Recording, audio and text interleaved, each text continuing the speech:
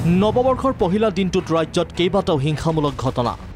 গোসাইগাঁও যুৱকক হানি খুচি হত্যা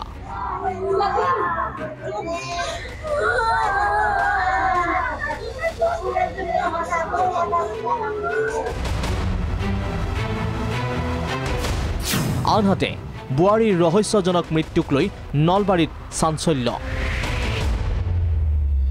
গোসাইগাঁৱৰ ২ নম্বৰ হুদুমখাটা গাঁৱত যুৱকক হানি খুচি হত্যা কৰাক লৈ বৰ্তমানেও অব্যাহত চেপা উত্তেজনা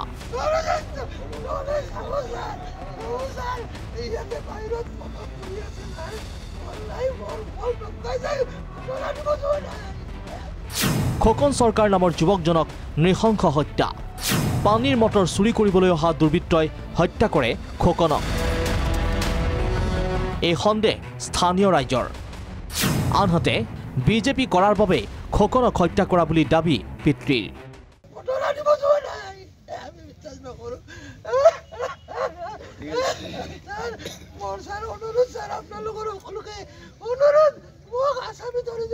গোবৰ পেলাব আহিছোঁ মটৰখন খেতত পৰি আছে এতে তাৰপিছত মটৰৰ ওচৰত আহিলোঁ আহি চাওঁ এতে বাগানত পৰি আছে ভাতিজা তাৰপিছত চালোঁ এই ভাতিজা আৰু এইখিনি ঘটনা এতিয়া মাৰ্ডাৰে কৰিল নেকি মাৰ্ডাৰে হ'ব আৰু কি হত্যাকাণ্ডৰ পিছতে অঞ্চলজুৰি সৃষ্টি হয় উত্তেজনাৰ ৰাইজৰ দাবীত খেওমানি CRPFৰ স্নিফাৰ ডগেৰে তদন্ত আৰক্ষীৰ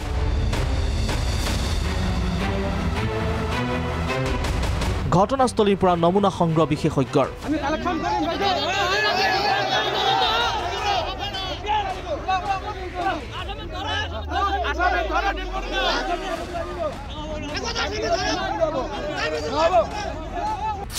আনহাতে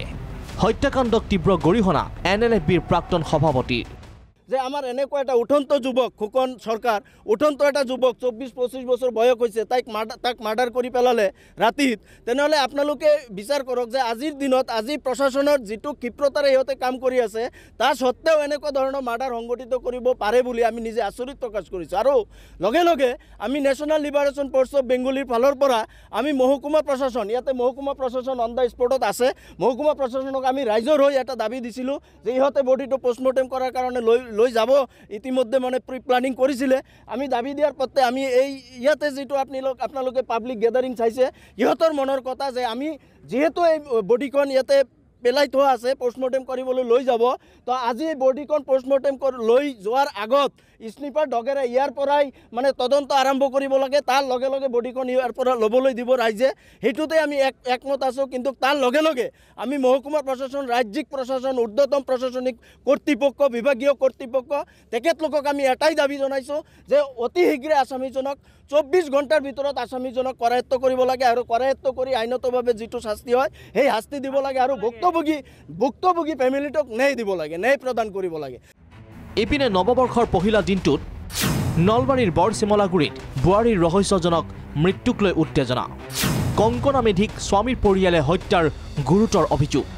9 মাহৰ অন্তঃসত্ত্বা আছিল কংকনা অভিযোগ অনুসৰি স্বামী হেমেন বৰ্মন আৰু পৰিয়ালে শাৰীৰিক মানসিক অত্যাচাৰ চলাইছিল কংকনা এই শনিবাৰ যে আগৰ শনিবাৰৰ পৰা সিহঁতৰ ঘৰত মানে কিবা কিবি হেৰি চলি আছে আৰু তাইও বোলে মাজে মাজে কৈ আছে যি মোক ইয়াতে